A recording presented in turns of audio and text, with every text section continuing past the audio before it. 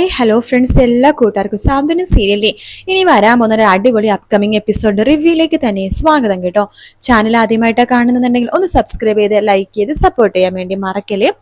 അങ്ങനെ നമ്മുടെ ഉദയഭാനുടെയും ശ്രീകലയുടെയും ആ ഒരു നിർബന്ധ പ്രകാരം അല്ലെങ്കിൽ ആ ഒരു പരാതി കിട്ടിയ പിന്നെ പോലീസുകാര് ആകാശിനെയും ആനന്ദിനെയും മിത്രേനെയും ബാലനെയും ഗോമതിനെയും അങ്ങനെ എല്ലാവരും അറസ്റ്റ് ചെയ്യുന്നുണ്ട്. മീനാക്ഷിനെ ഒഴിച്ച് ബാക്കി എല്ലാവരും പോലീസ് സ്റ്റേഷനിൽ ഇപ്പൊ നിൽക്കുക കേട്ടോ.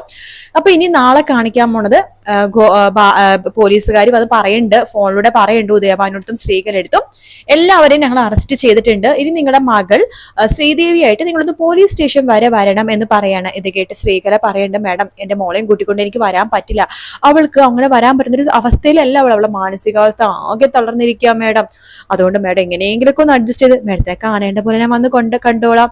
ശരി ശരി എങ്കിലും നിങ്ങൾ വരൂ എന്ന് പറയണം. അങ്ങനെ ഉദയഭാനും ശ്രീകലയും കൂടി പോലീസ് സ്റ്റേഷനിലേക്ക് പോകാൻ വേണ്ടി റെഡി ആകുമ്പോൾ ദേവി ചോദിക്കേണ്ട അമ്മയും അച്ഛനും കൂടി എവിടേക്കായി പോകുന്നത് എന്ന് ചോദിക്കുമ്പോൾ ശ്രീകല പറയുന്നുണ്ട്, ഞാൻ നിന്നോട് പറഞ്ഞില്ലേ നിന്നെ ഒരാഴ്ചക്കുള്ളിൽ ദേവമംഗലം വീട്ടിലേക്ക് തിരിച്ചെത്തിക്കുമെന്ന്, അതിനുള്ള കാര്യങ്ങളൊക്കെ ചെയ്യാൻ വേണ്ടി പോവാ. അമ്മ ദൈവത്തെ ഓർത്ത് ഒരു ഉടായ്പും ചെയ്യല്ലേ, ഇതേ എനിക്ക് സമാധാനം വേണം, ആ വീട്ടുകാർക്ക് സമാധാനം വേണം, നിങ്ങൾ കാരണം ഒരുപാട് അനുഭവിച്ചു ആ വീട്ടുകാർ, ഇനി നിങ്ങൾ അവരെ ദ്രോഹിക്കല്ലേ അമ്മ എന്ന് പറയുമ്പോൾ എന്റെ മോളെ നീ ഒന്നും മിണ്ടാതിരിക്കുക, നിനക്ക് ആനന്ദിന്റെ കൂടെ ജീവിക്കണോ, നിനക്ക് ദേവമംഗലത്തേക്ക് തിരിച്ചു കയറണോ, അതിനെക്കുറിച്ച് മാത്രം നീ ഇപ്പൊ ചിന്തിച്ചാൽ മതി, നീ ഉടനെ തന്നെ ദേവമംഗലത്ത് എത്തും, വാ മനുഷ്യ നമുക്ക് പോയിട്ട് വരാം എന്ന് പറഞ്ഞിട്ട് ഉദയഭാന്യം കൂട്ടിക്കൊണ്ട് ശ്രീകല നേരെ പോലീസ് സ്റ്റേഷനിലേക്ക് പോവാട്ടോ. അപ്പോഴും ദേവിക്ക് കാര്യം മനസ്സിലാവുന്നില്ല, ഇവർ എവിടെയാ പോണേന്നോ എന്താ ചെയ്യണമെന്നോ ഒന്നും മനസ്സിലാവുന്നില്ല. പക്ഷെ എന്തോ പുതിയ ഉടായ്പാണെന്ന് മാത്രമേ ദേവിക്ക് മനസ്സിലാവുന്നുള്ളൂ. അങ്ങനെ അവർ ഒരു പോലീസ് സ്റ്റേഷനിലേക്ക് പോകുമ്പോഴേക്കും അവിടെ എല്ലാവരും ഉണ്ട് കേട്ടോ. ശ്രീകല ഭയങ്കര സന്തോഷത്തോടു കൂടി തന്നെയാണ് പോലീസ് സ്റ്റേഷന്റെ ഉള്ളിലേക്ക് കയറുന്നത്. എന്നിട്ട് അവിടുത്തെ സിയെ ചോദിക്കേണ്ട, നിങ്ങൾ പറഞ്ഞ രീതിയിൽ എല്ലാവരും അറസ്റ്റ് ചെയ്തിട്ടുണ്ട്, ഒരാളെ മാത്രം കിട്ടാനുള്ളൂ, മീനാക്ഷി, അവളും കൂടി വന്നതിനായി കുളം തികയും, പക്ഷെ നിങ്ങളുടെ മകൾ എന്താ വരാത്തത്? ഇത് പറയുന്ന ശ്രീകല പറയണ്ട, അത് മേഡം അവൾക്ക് ഒട്ടും വയ മേഡം, അവളുടെ മാനസികത ആകെ തകർന്നിരിക്കുകയാണ്, രാവിലെ മുതൽ ഭയങ്കര പനിയായിരുന്നു, മരുന്ന് കൊടുത്തിട്ട് ഞാനിപ്പോ ഇങ്ങോട്ടേക്ക് കൊണ്ടുവന്നിരിക്കുന്നത്. ഇത് കേട്ട് മിത്ര പറയുന്നുണ്ട്, സർ മേഡം ഇവര് പറഞ്ഞത് പച്ചക്കള്ളുമാണ്, ദേവിയെടുത്തി അറിയാതെയാണ് ഇവര് പരാതി കൊടുത്തിരിക്കുന്നത്, അതുകൊണ്ട് ദേവിയെടുത്തിനെ ഇവര് കൊണ്ടുവരാത്തത്. മേഡം പ്ലീസ് മേഡം ഒരു പ്രാവശ്യം ദേവിയെടുത്തിന് മൊബൈലിലെങ്കിലും വിളിച്ചാൽ മതി, ദേവിയെടുത്ത് ഫോൺ എടുത്ത് സംസാരിക്കും, മേഡത്തിന് സത്യങ്ങളൊക്കെ മനസ്സിലാവും എന്ന് പറയാണ്. ഇത് കേൾക്കുന്ന ശ്രീകല പറയുന്നുണ്ട്, അവളെ ഫോൺ ഇപ്പൊ ഉപയോഗിക്കുന്നില്ല, അവളുടെ ഫോണെ പൊട്ടിപ്പോയി എന്ന് പറയാണ്.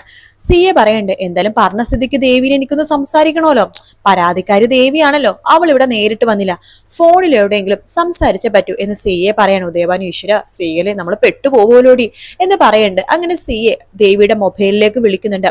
ദേവി ആദ്യത്തെ പ്രാവശ്യം ഫോൺ എടുക്കുന്നില്ല, പരിചയത്തിന് നമ്പർ ആയതുകൊണ്ട് ദേവി ഫോൺ എടുക്കുന്നില്ല കേട്ടോ. ദേവി ആണെങ്കിൽ ആകെ ഇഷ്ടം തന്റെ അമ്മയും അച്ഛനും പുതിയ എന്ത് വയ്യാവേലിയാണോ ഉണ്ടാക്കി വെച്ചിരിക്കുന്നത് എന്ന രീതിയിലാണ് ആലോചിച്ചുകൊണ്ടിരിക്കുന്നത്. വീണ്ടും പോലീസ് സ്റ്റേഷനിൽ നിന്ന് വിളിക്കുമ്പോഴേക്കും ദേവി ഫോൺ എടുക്കുന്നില്ല. മിത്ര പറയണ്ട, പരിചയമില്ലാത്ത നമ്പർ ആയതുകൊണ്ടായിരിക്കും ദേവി എടുത്ത് ഫോൺ എടുക്കാത്തത്. മേഡം ഒരു കാര്യം ചെയ്യൂ എന്ന് പറഞ്ഞിട്ട് ആര്യന്റെ കയ്യിൽ മൊബൈൽ ഉണ്ടല്ലോ, അപ്പൊ ആര്യന്റെ കയ്യിൽ നിന്ന് മൊബൈൽ വാങ്ങിച്ചിട്ട് ഒന്ന് വിളിച്ചു നോക്കുക. ആര്യന്റെ ഫോണിന്റെ ഒരു ബെല്ലടിക്കുമ്പോൾ തന്നെ ദേവി എടുത്ത് എടുക്കുന്നത് കാണാം, ദേവിയെടുത്തേക്ക് അത്രമാത്രം ഞങ്ങൾ ഇഷ്ടമാണെന്ന് മേഡത്തിന് അപ്പം മനസ്സിലാവുമെന്ന് മിത്ര പറയണ്ട. അങ്ങനെ ആര്യന്റെ കയ്യിൽ നിന്ന് മൊബൈൽ മേടിച്ചിട്ട് നമ്മുടെ സിയെ ദേവീനെ വിളിക്കുകയാണ്. വീണ്ടും മൊബൈൽ റിംഗ് അടിക്കണം. ദേവി, ഇത് ആരാണ് ഇതെന്ന് പറഞ്ഞിട്ട് വേഗം ഫോണിലേക്ക് നോക്കുമ്പോൾ ആര്യൻ എന്ന് പറഞ്ഞ് കാണിക്കുന്നുണ്ട്.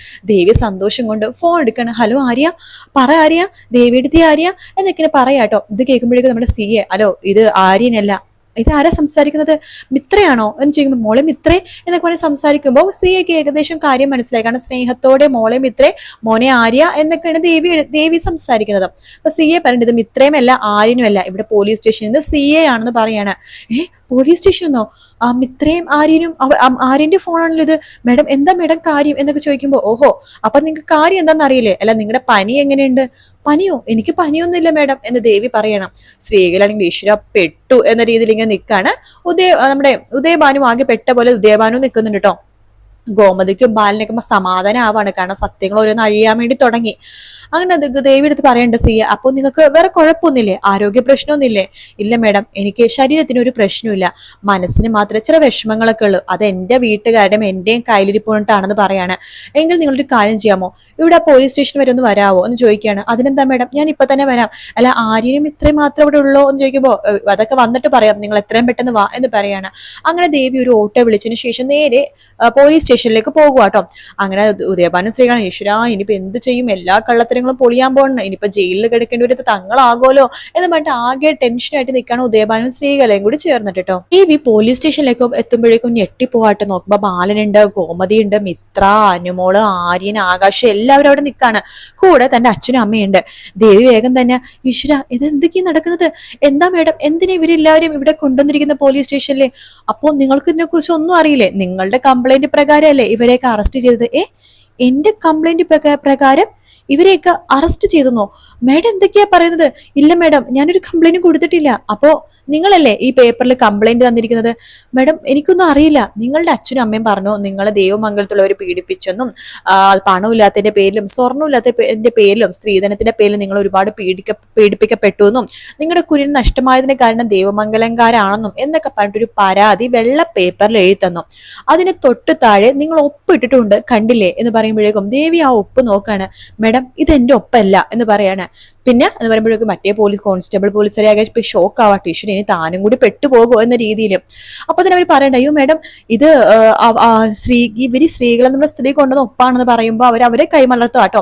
അങ്ങനെ സിയക്ക് ഏകദേശം കാര്യം മനസ്സിലായി. സിയ ദേവിയോട് ചോദിക്കണ്ടേ നിങ്ങൾ സത്യം പറയൂ, എന്താണ് നിങ്ങളുടെ കുടുംബ ജീവിതത്തിൽ സംഭവിച്ചത് എന്ന് ചോദിക്കുമ്പോൾ ദേവി പറയണ്ടേ, എന്റെ അച്ഛനും അമ്മയാണ് എല്ലാത്തിനും കാരണം. ഞങ്ങള് ഭയങ്കര പണമൊന്നും ഇല്ലാതെ സാധാരണ ഒരു ചേരി പ്രദേശത്ത് നിൽക്കുന്ന ഒരാളാണ്. എന്റെ അച്ഛനും അമ്മയും നാട്ടുകാരെ പറ്റിച്ചാണ് ജീവിച്ചുകൊണ്ടിരിക്കുന്നത്. പക്ഷെ മുമ്പ് ഞങ്ങൾ ഇങ്ങനെയൊന്നും അല്ലായിരുന്നു, നല്ല സാമ്പത്തിക സ്ഥിതിയിലായിരുന്നു. അച്ഛനോരോരുത്തർക്ക് കയ്യും കണക്കില്ലാണ്ട് പൈസ കടം കൊടുത്ത് കടം കയറിയാണ് ഈ ഒരു അവസ്ഥയിൽ ഞങ്ങൾ എത്തിയത്. അതിനുശേഷം എന്നെ കല്യാണം കഴിപ്പിച്ചത് പോലും പറഞ്ഞ് പറ്റിച്ചിട്ട്, ആനന്ദേട്ടനെയും കുടുംബത്തെയും പറഞ്ഞ് പറ്റിച്ചിട്ടാണ് ഇവര് വിവാഹം പോലും നടത്തിയത് എന്റെ അച്ഛനും അമ്മയും. ശേഷം സത്യങ്ങളൊക്കെ മനസ്സിലാക്കിയ ആനന്ദേട്ടൻ എന്നോട് ക്ഷമിച്ചു. കാരണം ഒരു കുഞ്ഞിനെ വേണ്ടിയിട്ട്, എന്റെ വയറ്റിലൊരു കുഞ്ഞുണ്ടായിരുന്നു, ആ കുഞ്ഞിനെയും എന്റെ ഒരു ഇതോടുകൂടി തന്നെ നഷ്ടപ്പെട്ടതാണ്. അതിനുശേഷം ആനന്ദേട്ടനെ സഹിക്കാൻ പറ്റാതെ എന്റെ അച്ഛൻ വീണ്ടും കടയിലേക്ക് പോയിട്ട് ഇവരുടെ കടയിൽ പോയിട്ട് പണം മോഷ്ടിച്ചു. ആ പണം മോഷ്ടിച്ചതിന്റെ പേരിൽ ഇവരുടെ പാവം മാമനാണ് ചതിയനായതും കള്ളനായതും. മാമൻ അവിടെ നിന്ന് ഇറങ്ങി പോവേണ്ടി വന്നു. എന്നിട്ടും എന്റെ അച്ഛനും അമ്മക്കും മതിയായില്ല. എന്നിട്ടാണ് പോലീസ് സ്റ്റേഷനിൽ വന്ന് കേസ് കൊടുത്തത്.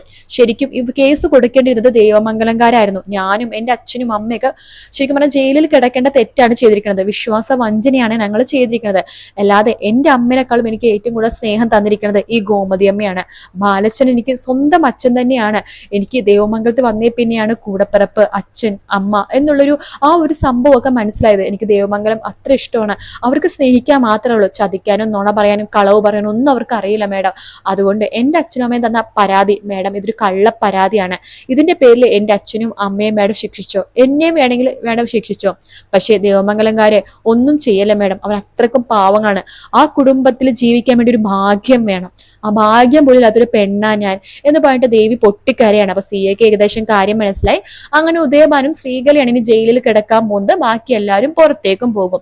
കാത്തിരുന്ന് കാണാം ഫ്രണ്ട്സ്. എന്തായാലും നല്ല ഭാഗമാണ് ഇനി അങ്ങോട്ട് വരാൻ പോകുന്നത്. വീക്കെൻഡ് പ്രൊമോ കാണിച്ചത് ഒന്നും തന്നെ കാണിച്ചില്ല കേട്ടോ. വെറുതെ ഇവര് പോലീസ് സ്റ്റേഷനിലേക്ക് ശ്രീകലയും ഉദയഭാനും പോകുന്നതോ ദേവി എന്തൊക്കെയോ ആലോചിച്ചിരിക്കുന്നതോ എല്ലാം തന്നെ വീക്കെൻഡ് പ്രൊമോ ആയിട്ട് കാണിച്ചുള്ളൂ. അത് നാളത്തെ എപ്പിസോഡിന്റെ ഭാഗമാണ്. വീഡിയോ ഇഷ്ടപ്പെട്ടാൽ ലൈക്ക് ചെയ്യുക, സബ്സ്ക്രൈബ് ചെയ്യുക, കമന്റ് ചെയ്യുക. മറ്റൊരു വീഡിയോ കാണാം. Take care. Bye bye.